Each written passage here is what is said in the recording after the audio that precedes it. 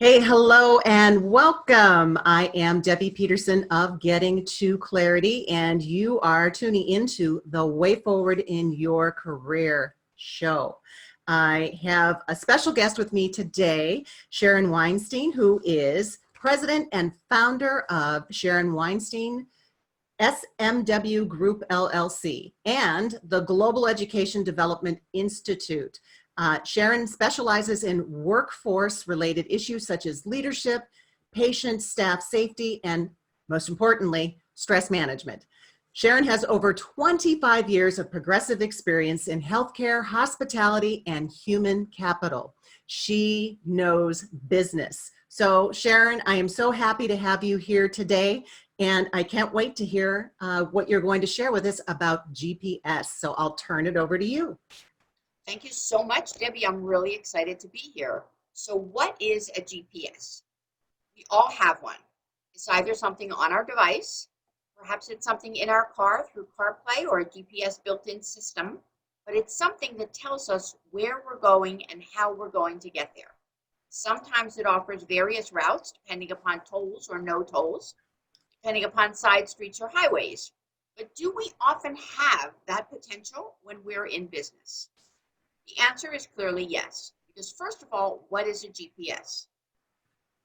Most people have no idea what those words really stand for. So they are a global positioning system. If you think about a global positioning system in your own business, that's the system that is going to tell you where to go and how to get there. When I think of it in terms of business, I think of goals, just like in the regular GPS. I think of process rather than positioning, and I think of solutions and systems. So that basically if I have SMART goals and I have a process by which I can work, I will have solutions that solve the challenges of both my internal and external audiences, and I'll be successful, which is the end route. That's what we all want. That's the GPS. I love how you renamed it. Thank you. Thanks. I really appreciate that. So there are things that we can do to make our GPS work.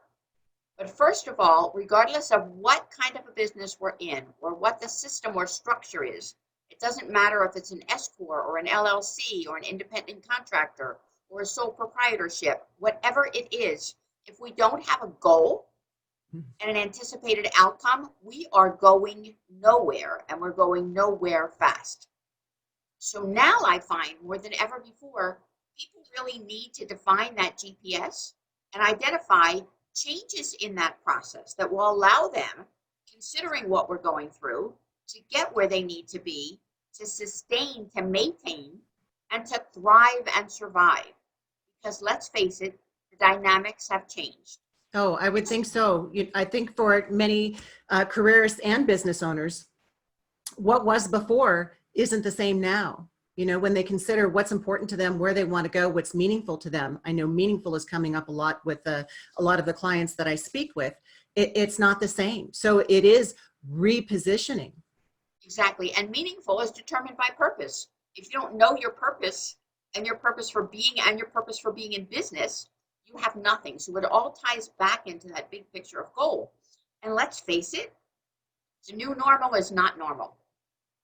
Is it the new normal or is it the next normal? And how we behave and what we do now will set the precedent for what that really is all about and how we survive, how we maintain that business, how we continue to be successful, or how if we've been unsuccessful, we rebuild, refocus, and change our direction.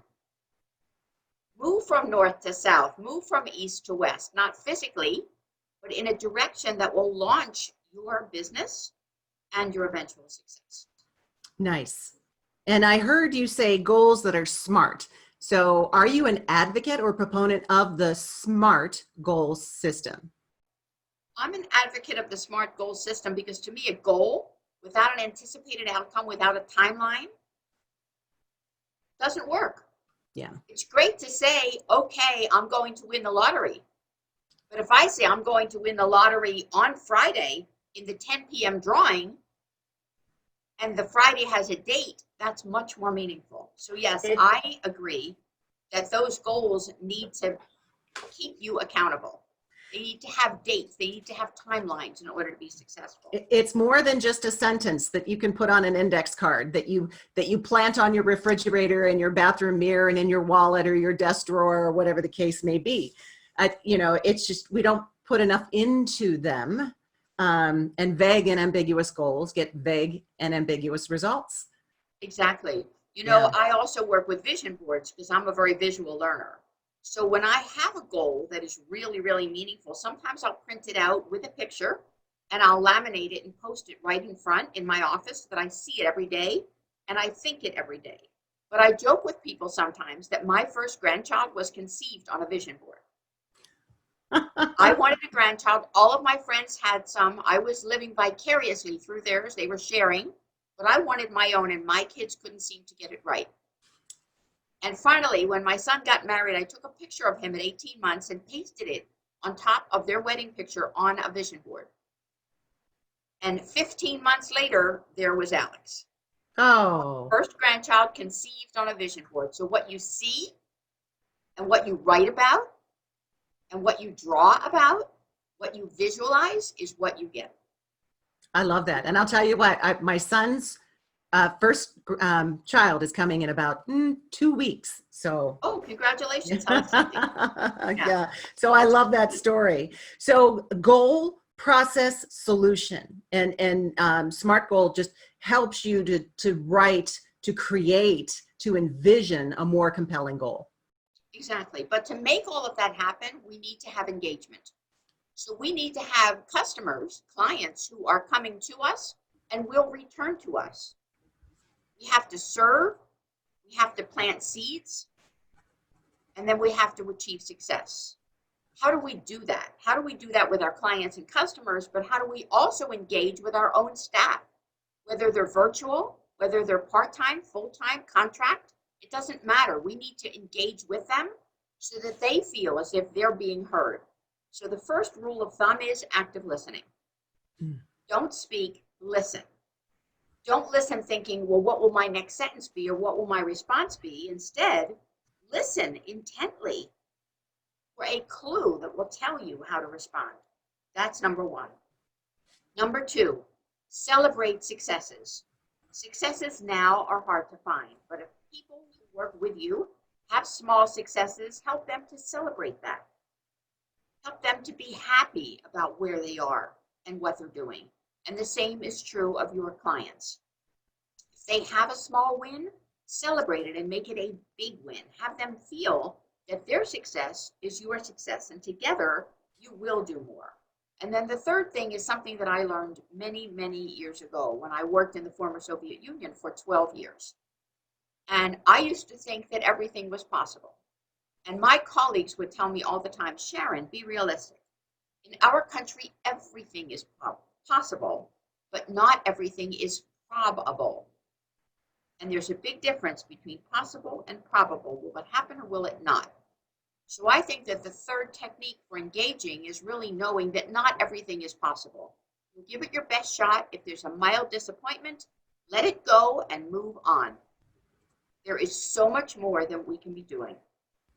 So there's a lesson in there. There's feedback in there. There's a way for you to recalibrate, do something different the next time to achieve a different result. Exactly. Gotcha. Love that. And so global positioning system, we start with the goal, the process, and the solution, and engagement. So the three pieces of engagement: active listening, so not listening to respond, but actually hearing what is being said. So if you're looking at your watch, if you're thinking about what you need to get from the grocery store, if you're typing an email, you're not listening. If your focus is split, you're not listening. Celebrating success. And I think that, I serve a lot of women and emerging leaders, and it's not always true, but often true, that we have a hard time celebrating our own success. We have a hard time saying that, we've done something, we've accomplished something. This is what I've achieved. So and especially from a goal standpoint, wouldn't you agree that celebrating successes along the way helps you to stay motivated, especially if it's a long-term goal? Exactly, because engagement is really about performance. It's not about satisfaction. So it's about performance both on the client side as well as on the employee side or the staff side. The last thing you want is a team of satisfied but underperforming people. Right. So it really ties back into what are they getting done? How do they feel internally and externally about what they're getting done? Can they celebrate those small wins? And then thinking about what is possible, going for it, taking the result, no matter what, accept the outcome, and learning from it, learning that lesson from it as you continue to go forward. Own it and move on. Own it and move The on. hardest lesson I ever learned was the song Let It Go from Frozen. Oh, yeah. And my son would say it to me all the time, Mom, just let it go. It's not a big deal. Will it matter? And will it matter in 3 minutes, in 3 weeks, in 3 months? Probably not. So just move on. Okay, very good. Very good advice. So serve, plant seeds, and success. And to do that are those three components. So you had also talked about success strategies post-pandemic. So, at some point, we get to the other side of this. We maybe have glimpses of what it may look like. We're starting to understand how things have to shift. But I think for so many of us, we really don't know what's going to be on the other side. So strategies for success after all of this. What is your advice there? First of all, fear of the unknown. We don't know. We have no idea. We know that we have anxiety, and it's from separation or from distancing or from lack of business or from something. But fear of the unknown is a real challenge because none of us knows. Will this be 6 months? Will it be the entire year? Will it be into 6 years? We have no idea how our businesses and how our strategies need to change and need to adjust post-pandemic. But then again, when does the pandemic end? When is it over? With soft opening in some places, yes, you see more cars on the road. The hallmark here in the DC area is when there's more honking on the road. People here honk their horns more than any place I've ever lived, and I've lived in 7 states. No one honks like this market. They just do. So post-pandemic success, and what can you do? What we do know is that our goals for business have not changed. The basic goals for business have not changed. How we get there clearly feel and be different from perhaps what we anticipate. The road might be different, the path might be different. You may need to make some of those left and right turns along the way. But the goals basically remain the same because we want success. Right. So if I'm doing a lot of keynote presentations, I need to adapt and build on other methods of delivery.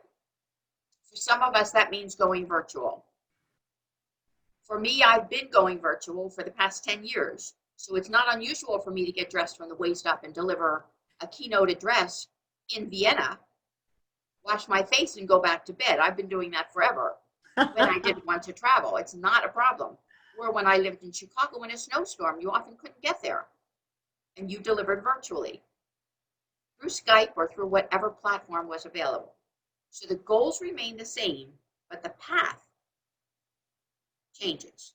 And then the second thing is where we appear physically is not as important as what we deliver and the value that we bring to our audiences, to our community. So if we're working one-on-one with a client, but instead of working physically in the same space, we're working virtually or using another platform, our content, our value is the same. We can bring them what we need. We can deliver on a promise. It's just the method is a little bit different. They may not see us or reach out and touch us, or, I've been in healthcare for many years. It's not reaching out and holding a hand. It's not wiping a brow the way that you used to. It's smiling through that mask and letting people know because they've looked at your eyes that you are engaged with them and that you're listening, that you're involved in the process. And the same is true when you're doing coaching or consulting or reorganization or system design or anything else that you're doing, not physically in the same space, but somewhat removed, but still engaged and there, having that presence, not being just a warm body to fill up space, but actually having presence so that they know that you're there, that you are doing the listening, that you are involved in the process, that you really care about their outcomes as much as you care about your own. And even with the virtual platform, I think every day since this started, we've made new inroads as to the things that you can accomplish virtually. I mean, when you think about it, the things that we said we'd never be able to do virtually or weren't as effective virtually, they've had no choice. You know, telemedicine. Exactly. You know, banking. You know, I've been banking, doing the mobile banking for years. So because I'm in more than one location, and you know, I need my phone to take a picture and make a deposit. So that's kind of been a way of life for me. But you know, I think a lot of industries are being forced to get creative, and that there is, you know, I don't know how overused the word is, but pivot. You know, people are having to think outside of the box. People are having to be more creative about how they accomplish things. I know in the women and emerging leaders that I serve, you know, a lot of them are working from home and schooling their children. And, you know, everything that used to take place in different locations is all taking place in, you know, within the confines of the home.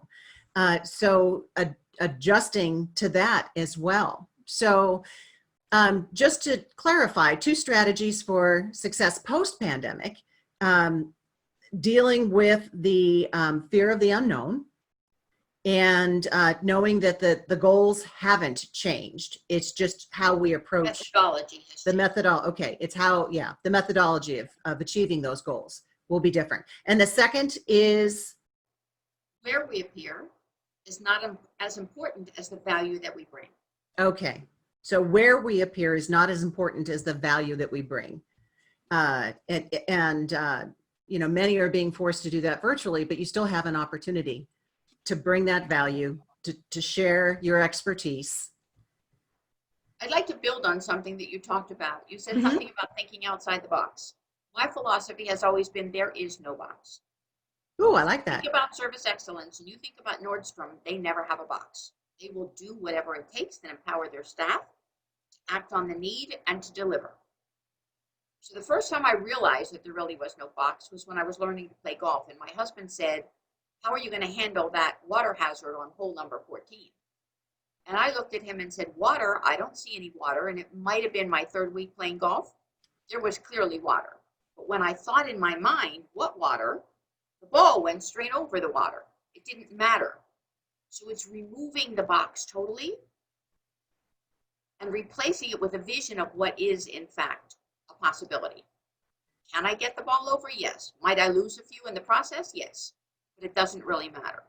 And the other thing is, you talked about people having to do, and especially because you're working with emerging female leaders, they have to be the homeschooler or the school at home. They have to do their work. They have to get this done.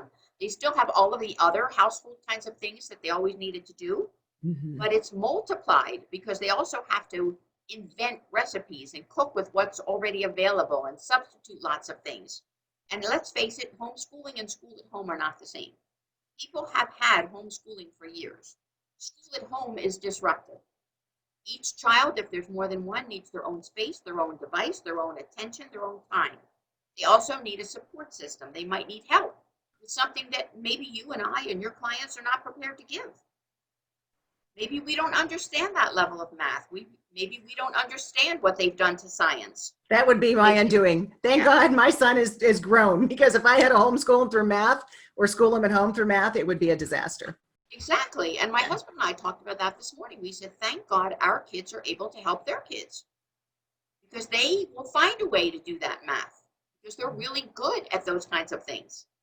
But I can imagine the pain for people, even if you have a large house and each child has their own room in which to work, someone still needs to provide the oversight, give the feedback, do everything that teachers and others and assistants would be doing. And all of that falls on that one person. With or without a partner, with or without help, let's face it, the bulk of the work is done by that individual. Yes. And so it results in chaos. It results in what happened to my goals? What happened to my plan? Where is that GPS and how am I going to get there when I have disruption along the way? Yes. Well, thank you for helping to plot a plan forward using GPS and giving them strategies to be able to figure out how to do that, how to navigate post-pandemic. So Sharon, where can they find you? Where can the audience find you?